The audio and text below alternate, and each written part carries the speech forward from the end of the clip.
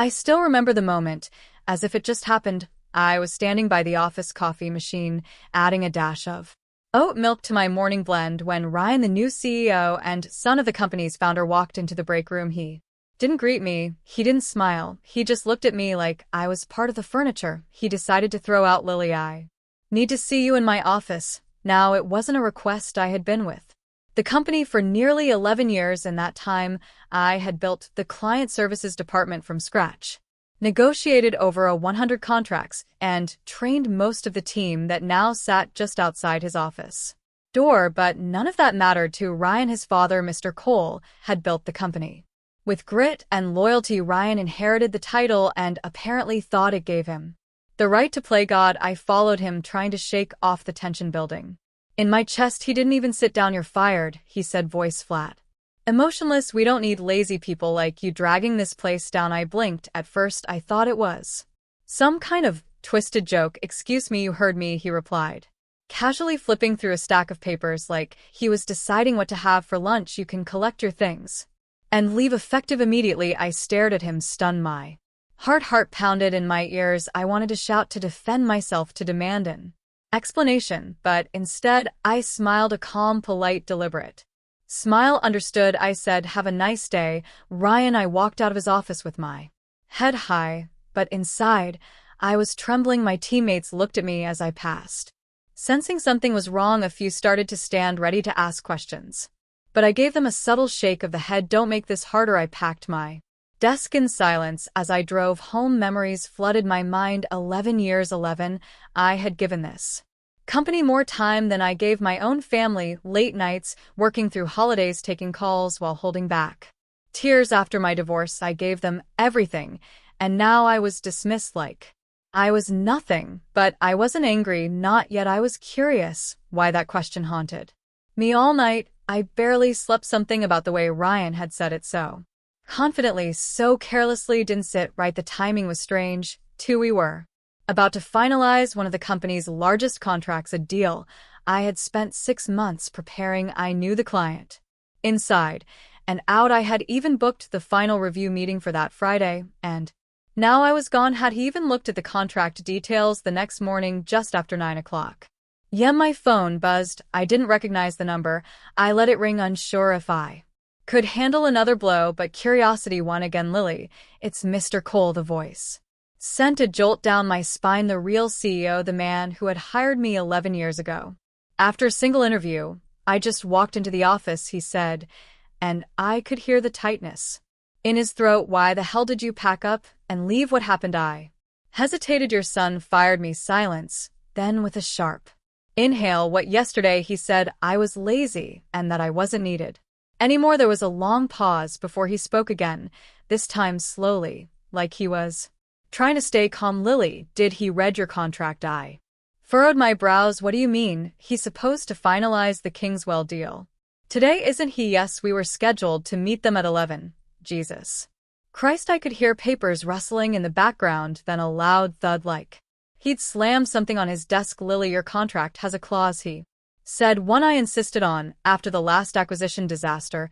You're not just the account manager, you're the only authorized negotiator for the Kingswell deal." I froze. "He can't close the deal without you," Mr. Cole continued. "Not legally, not ethically, not even practically. That contract will fall apart unless you're there." A slow-burning realization settled in my chest. He hadn't read it. Ryan had no idea what he'd done, and that's when something inside me shifted. The betrayal still hurt, yes, but now I felt something else entirely. Control. He had pulled the trigger far too quickly, and now the gun was pointed at himself. Mr. Cole hung up without another word. I could feel his fury. Through the silence that followed, I sat motionless in my apartment, coffee growing cold beside me, staring at nothing in particular. He didn't know his son had fired me without even reading the contract. I leaned back on the couch and let out a quiet, bitter laugh. After 11 years, this was it. Went down, a spoiled, impulsive man-boy trying to play CEO, making decisions like they were moves in a video game. But real companies don't respond after bad calls, and this one was about to find that out the hard way. I wasn't sure what was going to happen next. Part of me wanted to get dressed and show up to the office just to watch the fallout unfold, but another part, the One that had endured years of thankless overtime and swallowed my pride more times than I could count one wanted to. Let them burn, I didn't have to wait long at 10:13 a.m. I got another call this time. It was Ryan. I let it go to voicemail. A minute later, another call. This one from reception, then legal, then accounting. I stared at my phone as it buzzed nonstop, lighting up like a Christmas tree. I didn't answer a single one. The voicemail icon blinked at me, relentless. I tapped it. Open. Lily, hi, it's Ryan. His voice was strained. Listen, there was a misunderstanding yesterday.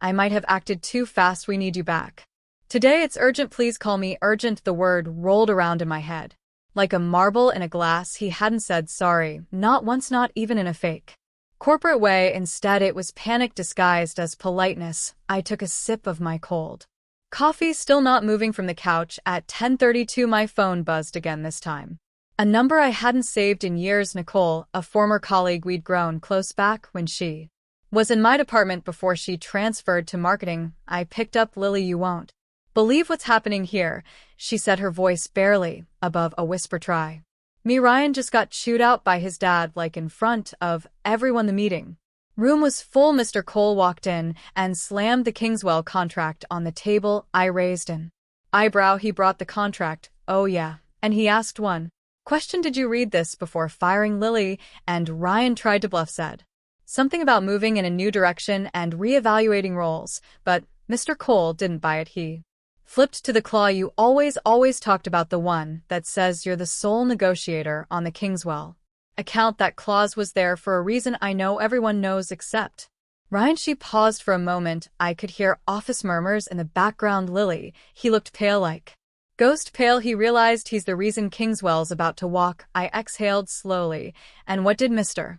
Cole say? He told him if the steel falls through, your position here becomes negotiable. I let out a breath. I hadn't realized I was holding there. It was the first crack in Ryan's armor. I don't know what you're planning, Nicole added, but whatever it is, you have the upper hand now. I ended the call with a soft thank you, then stood and looked out the window. The skyline was quiet, still. I always found comfort in that, the city indifferent to human chaos going on as usual. At 11:15, another message came through, this time from Mr. Cole himself. Lily, I'm sincerely sorry for what happened. I misjudged the situation.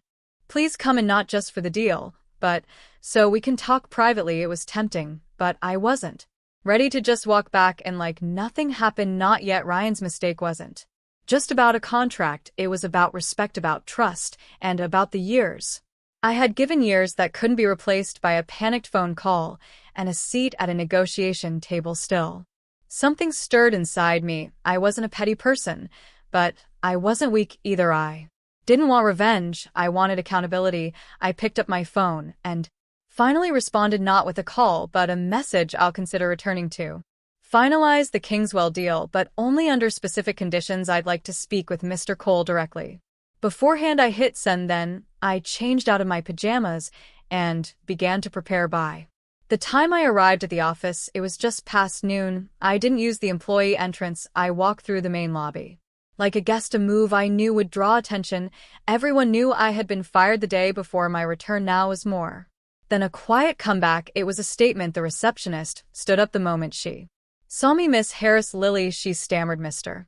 Cole is expecting you right this way.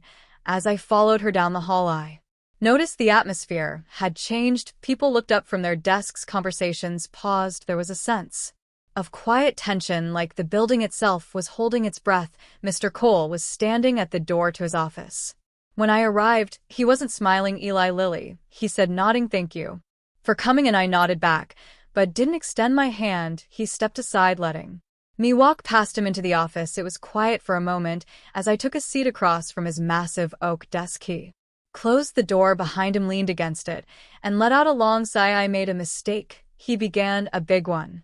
I gave my son too much authority too fast. I wanted him to prove himself, but I didn't expect him to burn bridges before even learning how to build them. I stayed silent. He sat down, his voice softened. What he did to you was unprofessional, disrespectful, and frankly, it jeopardized a deal we've worked over half a year to secure. I nodded slowly. Yes, it did. I read the contract again this morning. Every word. You were given full autonomy over the Kingswell account legally. the client won't recognize anyone else is a representative of this company during negotiations. That clause was put in place after the Steel Ridge debacle. I remember it well.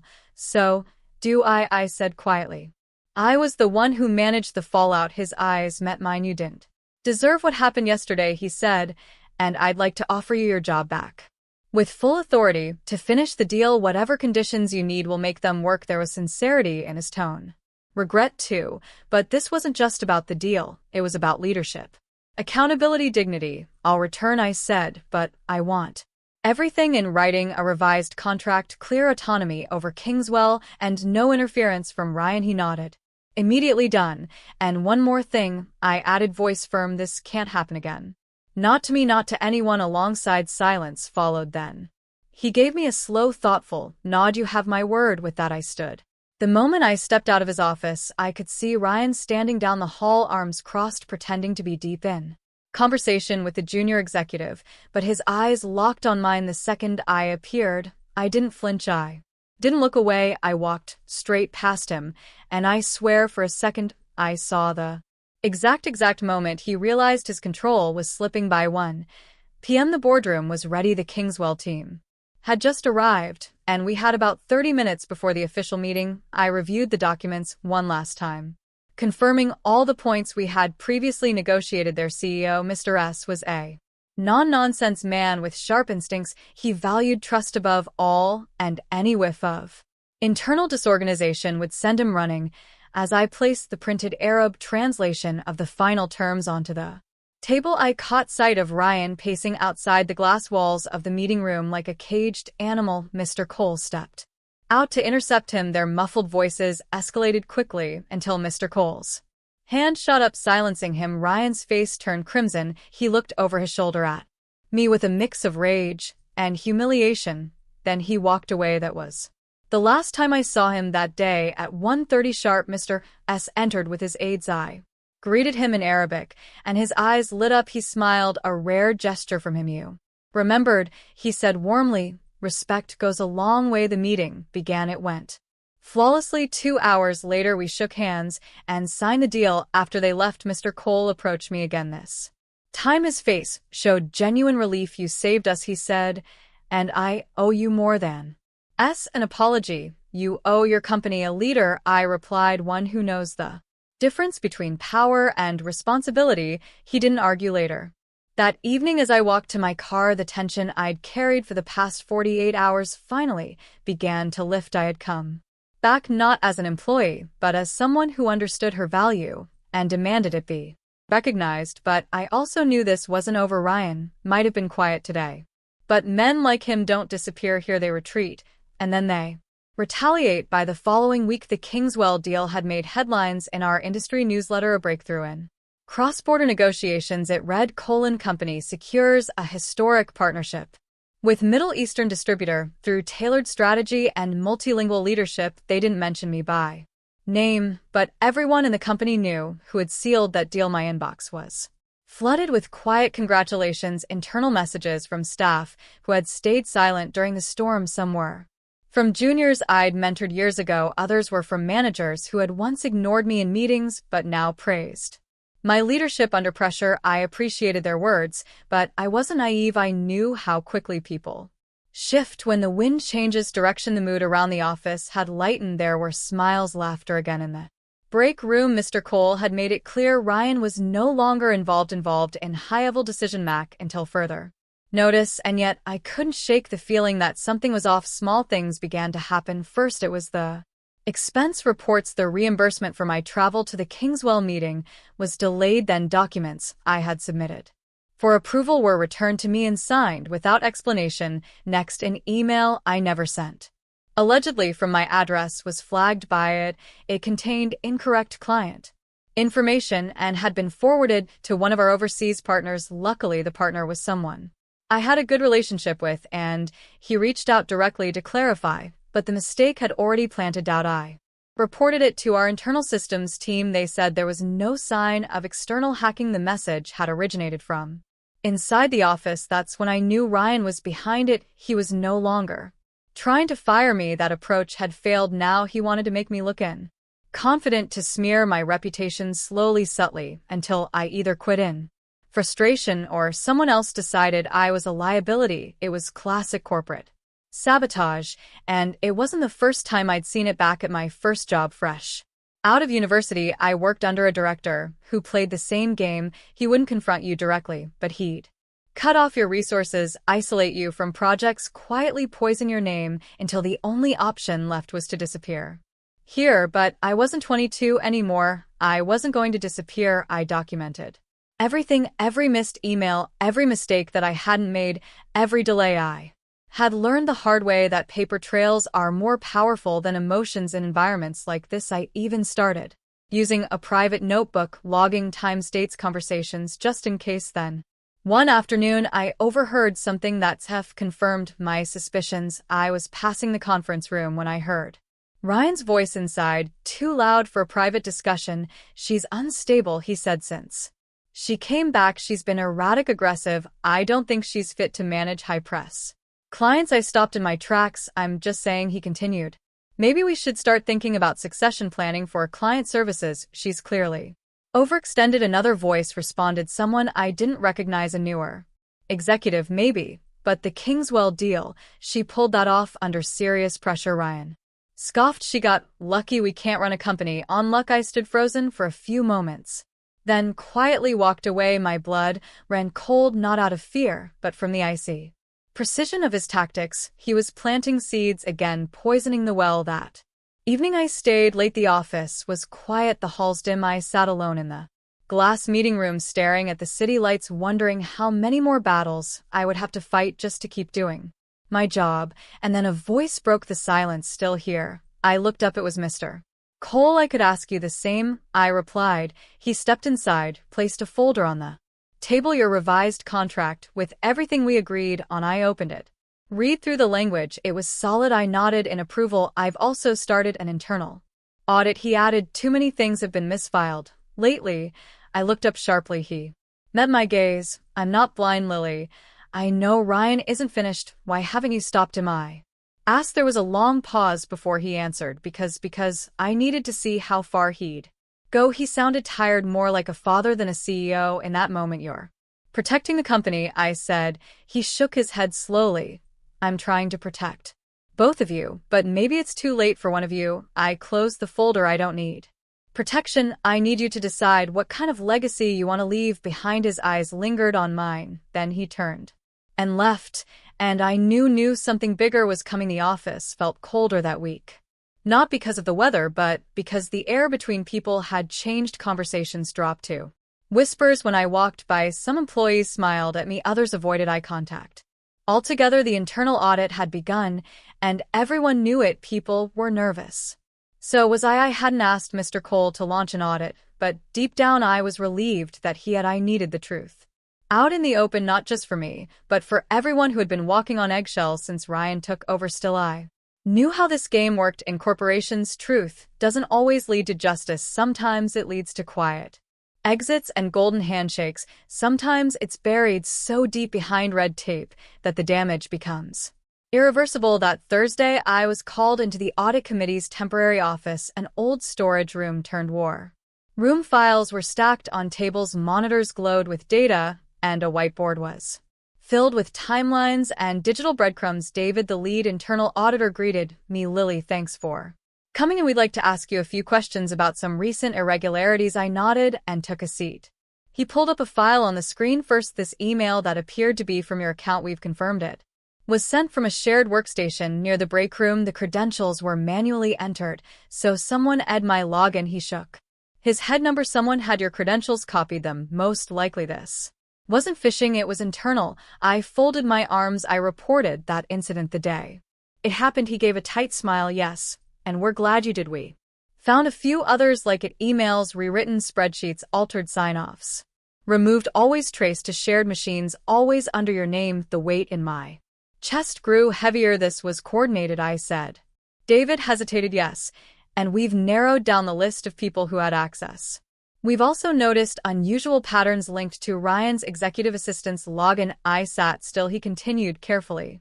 "We're not accusing anyone yet, but there's a clear pattern: sabotage intended to discredit you, and possibly. Others. I clenched my jaw. So what happens now? That's where it gets complicated, he said. Mr. Cole asked us to present our findings directly to him. He's made it clear he wants the truth, all of it, no filters. I nodded slowly. Then I'll be there. David raised his eyebrows. You're not required. I will be there, I repeated. If this is going to surface, I wanted to look everyone in the eye. He didn't argue that night. I barely slept. I kept thinking about the others who had left quietly over the past year, talented employees in their 30s and 40s, who had simply moved on without much notice, people who had once been considered rising stars. I used to think it was just turnover. Now I wondered how many of them had been quietly pushed out by Ryan's games. I arrived early to the executive boardroom. The next morning, Mr. Cole was already there, staring out the window like a man waiting for the final card to fall. David and two other auditors came in next. Then Ryan arrived. 10 minutes late, looking smug, phone in hand, not a trace of concern on his face. Until he saw me, he paused at the door. She's not on the audit committee, Mr. Cole didn't turn. She's here at my request. Ryan shifted his weight uncomfortably. This is supposed to be internal, confidential. Then you should have kept it that way when you used company resources to fabricate emails, I said, my voice calm but sharp. Ryan scoffed. That's ridiculous. David spoke up. We've traced multiple login attempts tied to your system, and all connected to irregularities targeting Lily's work. There's a clear timeline. Ryan's face began to shift, his practice smugness cracking. You're reaching. She's just bitter about being let go. I looked him in the eye. You didn't let me go, Ryan. You sabotaged me, and you almost tanked the biggest deal this company has landed in 5 years. Mr. Cole finally turned. I gave you a chance, he said quietly. I gave you more than one, and you've done nothing but tear down the people trying to build something real here. Ryan's bravado faltered. This isn't what you think. No, Mr. Cole cut in. It's worse. A heavy silence filled the room. Then Mr. Cole stood. The board will be reviewing this report. Until then, you are suspended, effective immediately. Ryan opened his mouth to protest, but the words never came. He looked at me one last time, this time not with rage, but with disbelief, like he had finally realized that none of his usual tricks were going to save him now. He walked out in silence. I stayed behind. Mr. Cole exhaled, his shoulders sagging. I failed him, he said, as a leader, and maybe as a father. You can't lead someone who refuses to grow, I said quietly, but you can lead the company. You still have that choice. He looked at me, then nodded, and for the first time since this all began, I felt the weight start to lift too. Weeks had passed since the audit meeting, but the impact of that morning still echoed through every corner of the building. Ryan hadn't returned, and the once proud smirk he carried like a badge was now the stuff of whispered office gossip. The board moved quickly. The evidence was too strong, too detailed, too damning to ignore. The falsified emails, the login traces, the unexplained disappearance of files, the attempt to weaponize HR complaints, all under Ryan's direction, or through people he manipulated. When the final report came out, it was clear Ryan hadn't just tried to sabotage me, he had compromised the integrity of the company itself. His suspension became a termination. The official announcement cited breaches of ethical conduct and internal misconduct. No lawsuits, no press release, just a quiet exit through the back door of corporate history, but word spread anyway. I thought I'd feel triumphant when I heard the news. Instead, I felt calm. Not victorious, just steady, like I had weathered the storm, and now I could finally breathe. A few days later, Mr. Cole called me into his office, closed the door. He said I did. He sat at his desk, a folder in front of him, but he didn't open it. Yet I've spent a lot of time thinking about everything that's happened, he began, and what I want this company to be. Moving forward, I didn't speak. I let him finish. You've shown more leadership in the past month than most executives show. In a career, you protected our biggest deal, held your composure in a public humiliation, and navigated personal attacks with professionalism. That's the kind of person I want helping run this company. He slid the folder across the desk. Inside was a promotion letter. Director of Client Strategy and Executive Level Role 1, that reported directly to him. I looked up, startled. I didn't ask for this, I know, he said. That's why you deserve it. I hesitated, then gave him a small nod. If I accept this, I want to say, and how we move forward, I don't want to just hold a title. I want to rebuild this culture the right way. He smiled. That's exactly what I was hoping you'd Say later that evening as I sat alone in my new office, a temporary one while renovations were underway, I stared at the blank nameplate on the door for years. I'd walked these halls wondering if anyone really saw the work I did, the late nights the client saves, the fires I put out without a single word of credit. I thought staying quiet was the best way to keep peace, to not cause friction, but silence had almost cost me everything. It wasn't just about a contract or a position, it was about remembering that competence is not arrogance, and professionalism is not weakness. I had been underestimated, dismissed, and sabotaged, but I had never been defeated. And I hadn't let myself become bitter in the process. That to me was the real win. In the weeks that followed, I started reshaping the department. I reopened lines of communication. I reinstated people who had been pushed out unfairly. I created an anonymous reporting system so no one else had to fear retaliation for speaking up. I even made time for the younger employees who were just starting out, some of whom had witnessed what I went through, and quietly asked how I stayed strong. I told them the truth. You don't always get to pick the battles, I said, but you do get to decide who you become in the middle of them. As for Ryan, last I heard, he was interviewing at smaller firms out of state, but his reputation had caught up to him. Some said Mr. Cole pulled strings to make sure his name didn't get dragged publicly. Maybe that was a father's last act of love. I didn't ask. I didn't need to. One afternoon while walking through the office, I passed the glass wall that once housed the Kingswell negotiation.